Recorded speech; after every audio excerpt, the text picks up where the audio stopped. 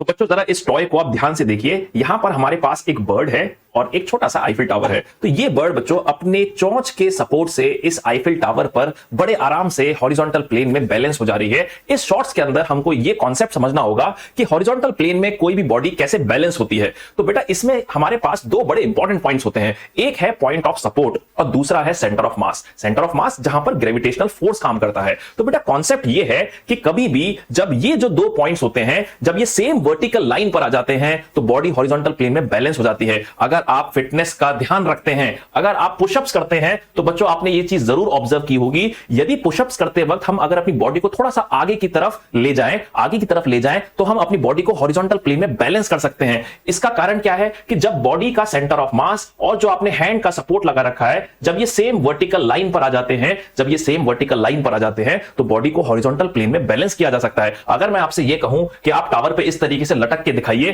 तो आप कहेंगे कि सर ये तो बिल्कुल भी संभव नहीं है। बिल्कुल भी संभव नहीं है, क्योंकि सेंटर ऑफ मास जो है बेटा और जो ये पॉइंट ऑफ सपोर्ट जो है, ये दोनों सेम वर्टिकल लाइन पर नहीं है। mg का टॉर्क क्या करेगा, इसको इस तरीके से घुमा देगा। mg का टॉर्क क्या करेगा, इसको इस तरीके से घुमा देगा। लेकिन अगर आपसे मैं ये कहूं कि टावर पे क्या इस तरीके से खड़ा हो पाना संभव है, हां थोड़ा जोखिम भरा है लेकिन बिल्कुल संभव है, क्योंकि यहां पर भी आप देखें तो सेंटर ऑफ मास जो है और जो पॉइंट ऑफ सपोर्ट है, ये पॉइंट ऑफ सपोर्ट और ये जो सेंटर ऑफ मास है, ये सेम वर्टिकल लाइन में है और सेम वर्टिकल लाइन में होने के कारण ऐसा करना बिल्कुल पॉसिबल है। तो बच्चों ये जो डिजाइन है, इस बर्ड का जो डिजाइन है, ये बहुत ही केयरफुली इस तरीके से बनाया गया है। इसके जो विंग्स की शेप है, इसके विंग्स का जो मास है, जो कि एंड्स पर आकर आप देखिए कि थिक हो गई है विंग्स, तो इस तरीके से इसको डिजाइन किया गया है कि जो ये पॉइंट ऑफ सपोर्ट है, बच्चे जो ये बर्ड का सेंटर ऑफ मास है, ये ठीक इसके नीचे कहीं पर है, इसलिए ये बर्ड बड़े आराम से हॉरिजॉन्टल प्लेन में बैलेंस हो जा रही है। अब कमेंट सेक्शन के अंदर आप मुझे ये बताइएगा